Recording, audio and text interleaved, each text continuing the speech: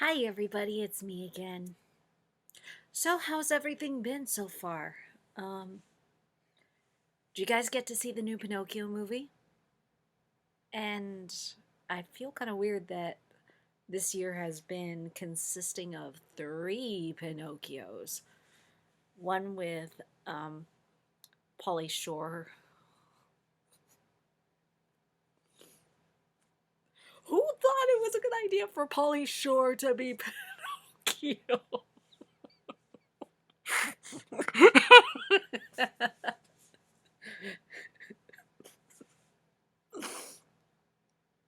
No.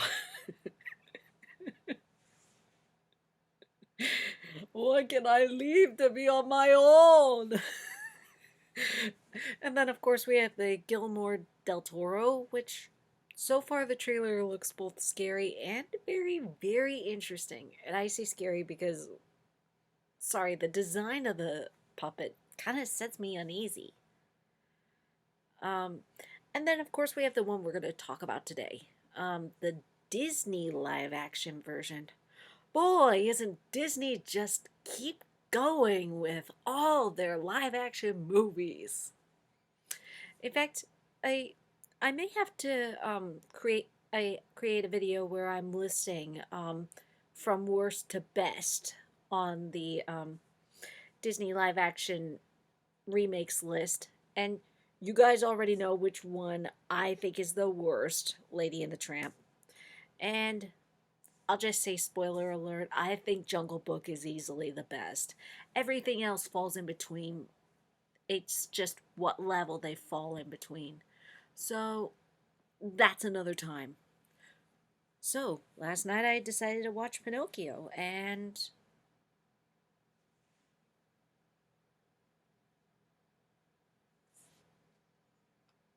it was easily one of the worst remakes. Oh, never mind. Sorry. Uh, it was good. I actually think it was a good movie. I probably will be one of few people who actually doesn't think it's that bad and doesn't think it's.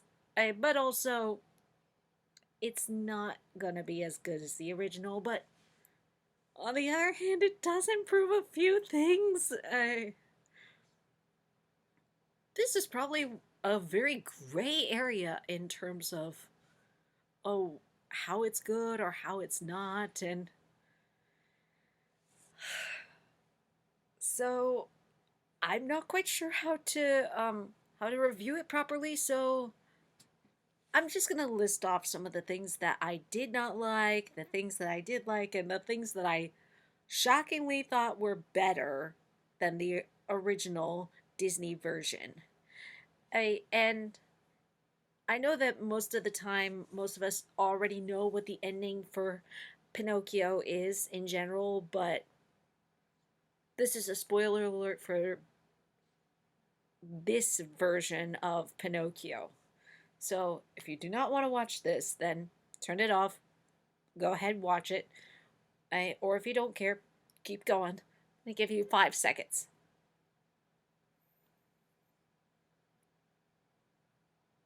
Okay, you're still here? All right. So I'm going to start off with some of the things that I don't like about the remake. So, well, the first one's kind of nitpicky, and yes, I do have a few nitpicks about it. I kind of felt disappointed that in the intro, When You Wish Upon a Star, sung by Jiminy Cricket for a brief moment, was cut off because I don't think he's that bad singing it. And on top of that, that's probably one of the most iconic moments in all of Disney. I mean, yeah, you've got the castle, you've got the melody playing, but that particular song set the standard for Disney. That was Disney's most iconic song of all time. A bar none, When You Wish Upon a Star. But at the same time, I did like how the Blue Fairy sang it, and she was pretty good. And that was later on in the film. Um, but that does lead to another thing that I didn't quite like. And no, um, I mean, it is the blue fairy, but hear me out.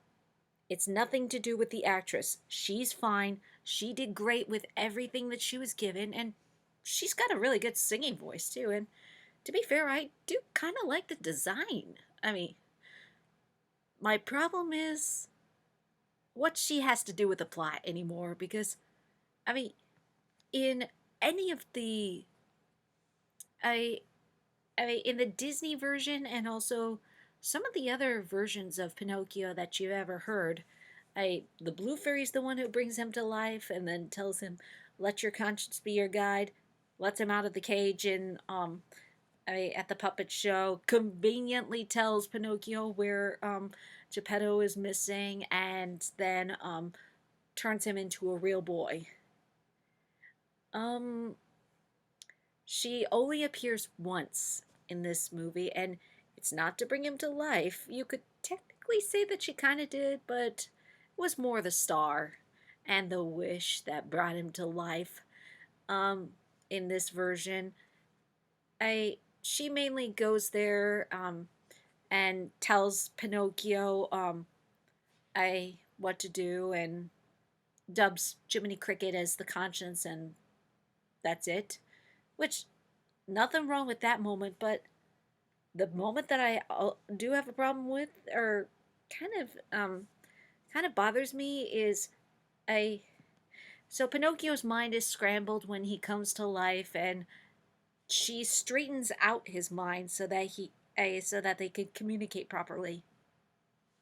If she could do that, couldn't she technically make him good, or for lack of a better word, couldn't she just do that? I but I digress. So moving on, I also there were also times where I did not like some of the CGI. Not all of it. I'll get to the ones I did like. I I did not like the CGI on Figaro or Cleo. Well, Cleo's fine. Cleo's fine in my opinion. But Figaro, couldn't you just get a cat, a real life cat, and just leave it at that? I mean, or was a cat really that hard to tame? I mean, I get it that cats are not as expressive as we would like them to be, or as cartoons would have them, but you could still learn a thing or two from a cat. I also, really, Disney, really, did we need a poop joke? Did we really, really need a poop joke that badly in a Pinocchio movie? I,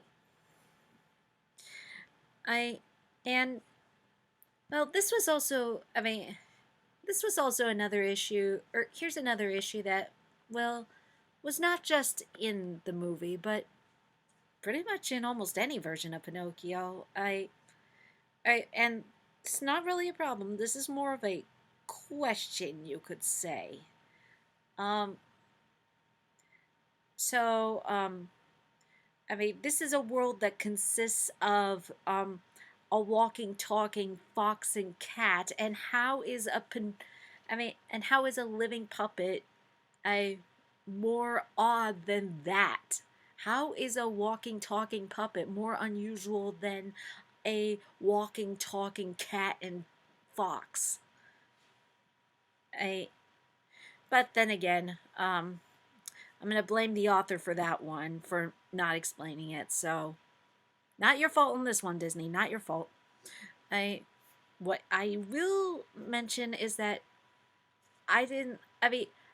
I like the voice actor for the fox, but I think I his delivery before meeting Pinocchio was pretty rushed. I just the way he was saying his lines and just making it sound unnatural and very fast. It sounded like he was trying to get it over with. But when he does a talk to Pinocchio and give a sales pitch um, on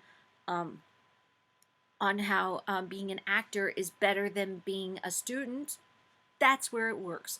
Before then, not really. I and here's another thing that bothered me. Um, Pinocchio getting locked in the cage. seemed pretty sporadic compared to the original. Because in the original, Pinocchio declares, "I'm going to go home and tell my father about this, and I'll be back in the morning."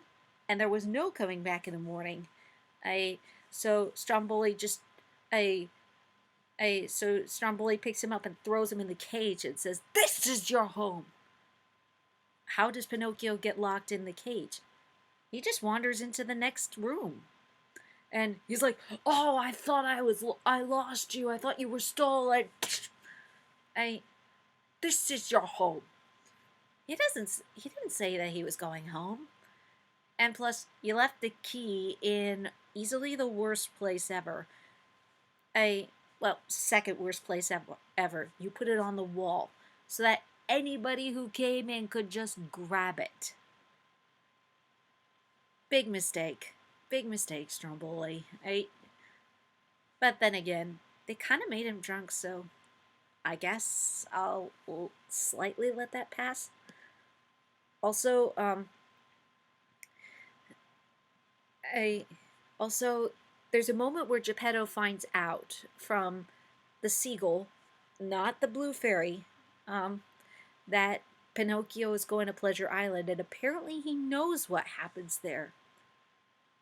If Geppetto knows what happens there, how does nobody else, especially the police, find out that, I don't know, a coachman is abducting kids in the night? And I say kids, not just boys, because apparently girls come here too. Okay, I honestly have no problem with that because, let's be fair, girls, girls are not always better than boys in terms of attitude. I admit it. Admit it. And I also, as much as I like Pinocchio getting his own conscience and as in growing a conscience inside of him, and not just waiting on Jiminy for everything. It I When he's in Pleasure Island, he starts to think, "This is wrong. This is wrong. This is wrong." I He's got no reason to turn into a donkey anymore. The only reason he turned into a donkey in the original was because he was just as bad as the other boys. Though when he sees that Lampwick starts turning into a donkey, he tries to change. The only bad thing he does in this version is he drinks root beer. Root beer's a soda. That's not beer. But then again, I get it, Disney. I get it. You're trying to reform from the original or from the past. I get it. I get it. So you're not going to have Pinocchio smoke, throw bricks at a window, or break something with an axe. Yes, they have that in the original, and they're not going to have him drink actual beer.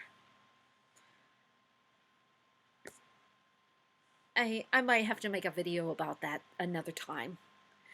Also, speaking of Lampwick turning into a donkey, they try to recreate it scene by scene, but something about it just doesn't seem right. And not because of the CG or anything, but because of the tone of it.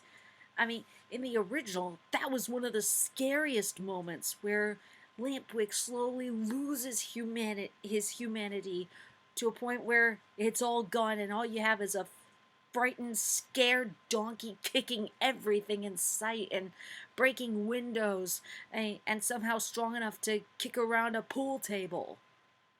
This version was not as scary and not as tense and didn't have as much high stakes, or didn't feel like it has as much high stakes as the original. Heck, it doesn't even show the scene where the coachman asks each donkey what their names are just to make sure they cannot talk anymore, which disappointed me. But at the same time, I I guess he was in a rush or whatever in this version. Or was watching the whole time, and anytime they fully turn into a donkey, they also lose their voice too. I You leave in the comments what you think. I also I and here's I mean, and you want to talk about terrible CGI? I think Monstro looks no. No, no, no, no, no, no, no, no, no, no, no, no. I'm watching Pinocchio. I'm not watching Sharktopus. I mean, why does he have tentacles?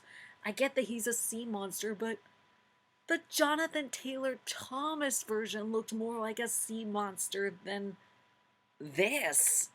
I mean, what the heck was I looking at? I and my biggest pet peeve with this movie, the ending feels incomplete.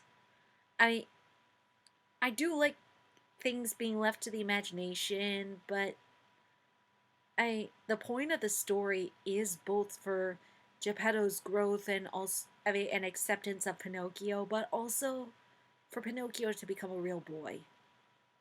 And yeah, you do see him change slightly, but I you also hear Jiminy Cricket going, um, maybe you've heard all these versions where Pinocchio turns into a real boy. Maybe that happened, maybe they didn't. Well then what was the point?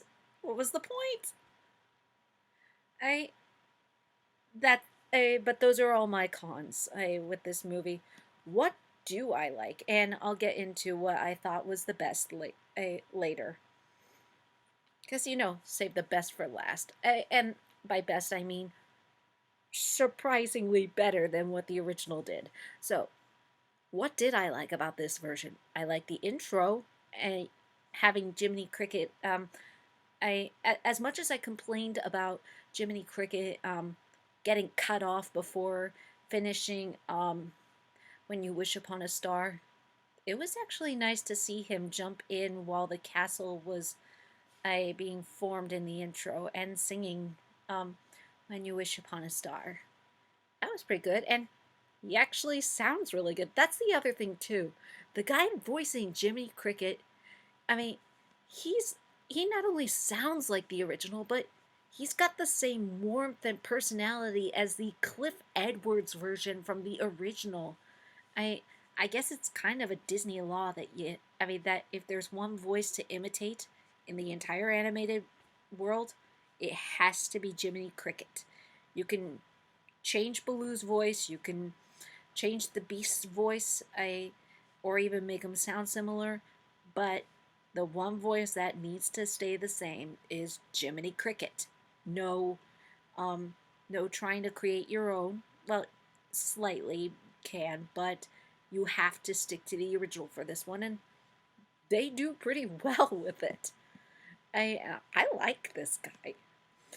Also, Jiminy is pretty much both himself and the narrator, and there's a brief moment where the past and the future Jiminy kind of interact, and it was actually pretty funny in my opinion.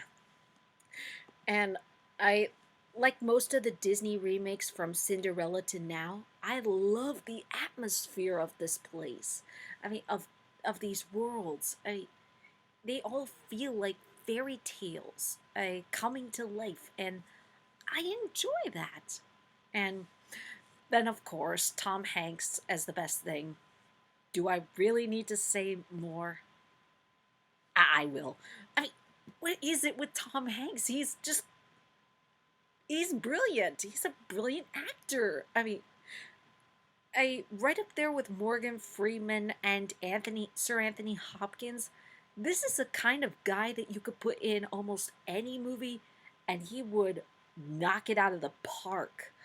And while I can't really say what I think of his design much as the original, trying to look exactly like the original Geppetto, I just his personality just comes through in such a gorgeous way.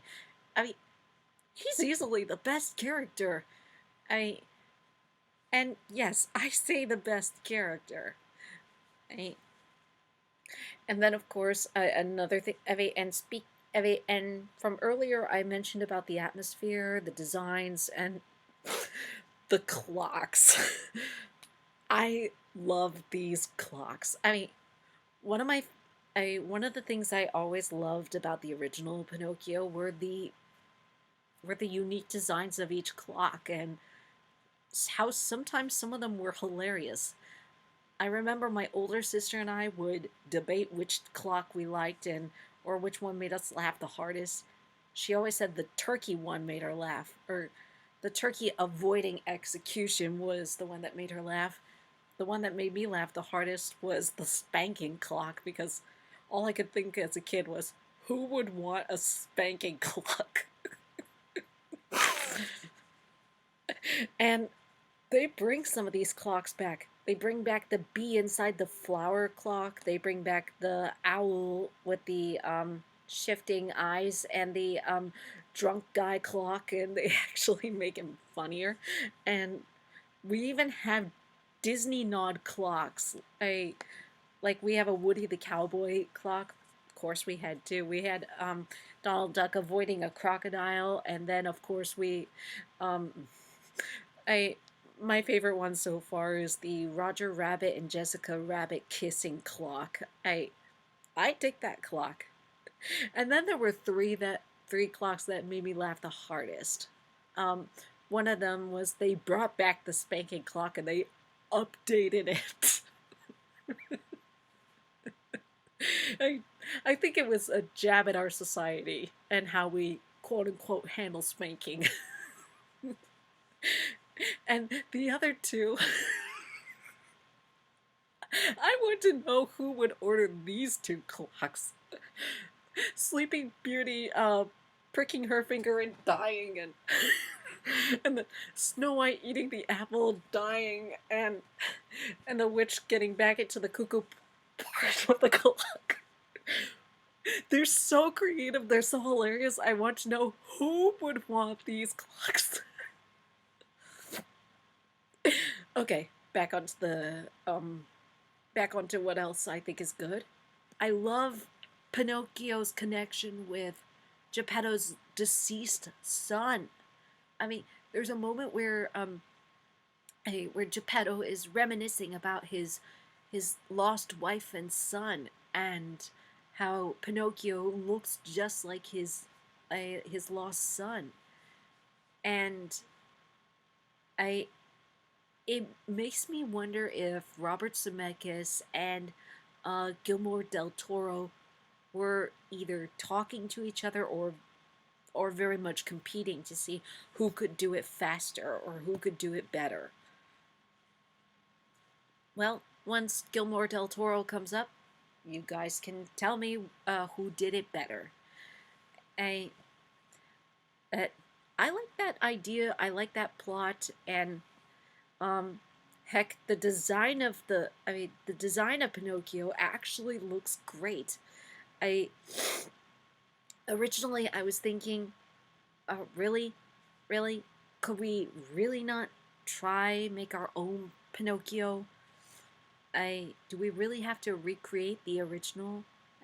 Making us wish that we could just see the cartoon instead. But I think it works for some reason. I mean, the way they do it works. I Not only does it look like the cartoon came to life, but he's expressive. I mean, and the sound effects when he's turning his neck or making any noise with any of his joints is great. I I love I because sometimes the original forgot to add in sound effects for when he was running or when he was moving his joints around, forgetting to kind of make him sound like a puppet. But then again, I guess they had to make the music louder. And on top of that, the actor voicing Pinocchio sounds really, really good. I He even almost sounds like the late Dickie Jones, who did the original. So, kudos. I also love that there's a brief montage between Geppetto and Pinocchio interacting before he says, "It's time to send you to school." I Giving us more of showing us more of a connection between the two. before their entire adventure starts. And I did say I would talk about some of the CG effects that I did like. I thought the CGI on the fox looked great. I like that CG effect. And I also like that the fox gave convincing reasons for Pinocchio to be an actor instead of going to school. And it wasn't just, oh, being an actor is so cool. I so much cooler than school. And he actually says, you tried to go to school, but they said you belong in a puppet show. Case in point. So, yeah, I that was great. I was tempted to say that this was better than the original, but I don't know. Comparing that to comparing a 2022 to 1940 doesn't seem that fair. So, moving on. I I also like that they brought back the original songs. And they sound great. I like I said, the guy voicing the fox, he sounded great singing High Diddly Dee. I, and I also love the puppet show and the puppeteers at work. It's so cool watching them. Even if, well, I don't know. I mean, I some of the I don't know if that's if some of the ways they moved the puppets was plausible. You tell me. I and also, um, I also love the design of Pleasure Island. Seriously, I mean, aside from the clowns in there, this is the kind of place any kid would want to go to. They would want to go through a coaster that goes through water, then goes through a candy slide, and then gives you the options of things that you could want to do. Though I think though they did tame a few things, like apparently they were I there's no smoking, there's no drinking, like I said. I but there is smashing clocks and there is smashing schools. A and little side note, I really thought that that was where Pinocchio could be bad, going, I school rejected me, so I reject them. Ugh! So okay, I and I the final thing I thought was really good is something that you do not see in a Disney remake that often. The expressions and actually taking time to ponder choices. I I don't know. I mean, one of the problems I had with The Lion King and Beauty and the Beast was when the live action ones was when the characters made choices. You didn't see them take a minute or even 30 seconds to think, I what do I do? This is going to affect me one way or another. I like with the Beast. I He was like, um, should I let Belle go or keep her to myself? Her father is in trouble, I, but I'll never be human again. I he doesn't take a moment to think about that. He actually just says, "Go, go." I and the Lion King has a similar effect. I so when Pinocchio is given a choice to go to Pleasure Island or to go back home off the coach, he actually looks around at everybody who is dying to go, takes a few seconds, and then is like, go, we'll go. Bravo, Disney remakes. Bravo. That is something I want to see you do more often. Make a character think about what they're doing. And while we're on this, be sure to do that with the Little Mermaid remake. Be sure to do that. Okay? Make her think about her choice before she does it. Okay? Don't do it just because the script dictates it. You gotta make a character live and breathe. And this movie did that. So, future remakes do that. Okay, so now what were some of the things I thought were better than the original? Well, oh boy. This one's probably going to be the biggest controversy of all. And not because it didn't, and not because it's wrong or anything, but because one of Disney's most iconic moments in comparison to the remake feels a little rushed, and that is where Geppetto makes his wish on the star.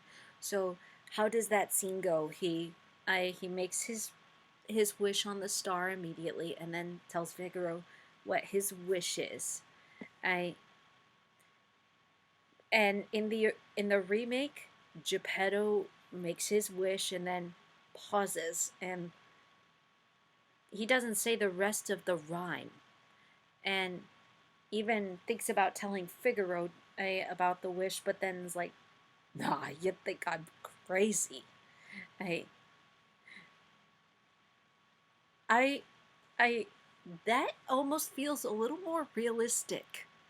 For some reason, that that feels like something I would get from Geppetto. I get that sometimes you have to rush a few things in the in an animated movie and also in a live action movie, but this movie actually takes its time to develop Geppetto to a point where you would believe that he would feel this way, and the way he talks to his pets and to his carvings.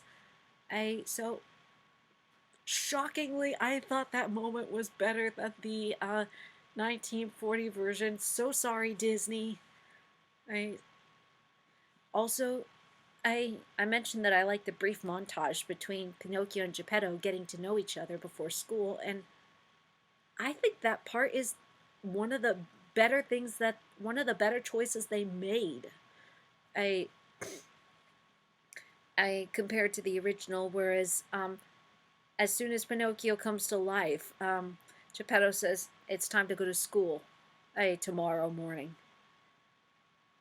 and then also, speaking of school, I I mean, I always wondered what would have happened if the 1940 Pinocchio actually went to school. I and what the teacher's reaction would be. And this version played it out exactly how I thought it would. So, okay. And basically, the teacher just throws him out while the kids are laughing at him and saying, "This school is for real kids, not for puppets. You belong in a puppet show." And thus making Honest John's reaction even more plausible. Also, I mean, they made one of the puppeteers very interesting.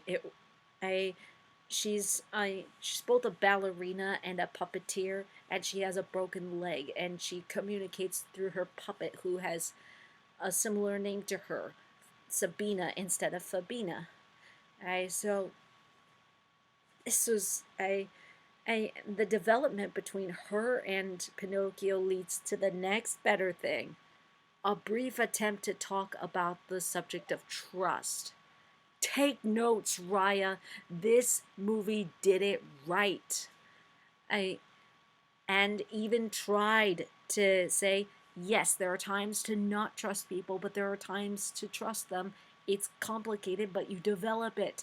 Take notes, Raya. That earned another thing better than that earned another better thing. And another thing that I mean, and last but not least, this was something I wondered about for, how do you put it? This was something I wondered about for the original. I what Geppetto's response would be to finding out everything that Pinocchio did and meeting Jiminy Cricket. You get to see it here, and Geppetto's reaction is just priceless when he hears about everything that when Pinocchio tells him every single thing that had happened to him and introduces Jiminy Cricket. It is fantastic. And that's it with all my likes and dislikes, and I actually think it's a good movie. I don't think it's the best. I don't think it's the worst at all. I still am debating where on the list I would put this at. I for best worst Disney remakes. Personally, I give this a 7 out of 10, and that's not an easy score. And I congratulations, movie. You've done a great job. You could have done better on a lot of things, but I think you did great. And as a Disney remake, I like some of the choices that you made. And I and especially, well, like I said, making a character think about their choices. I do that more often in remakes. And that's all I can say about this remake. So, what are your guys' thoughts?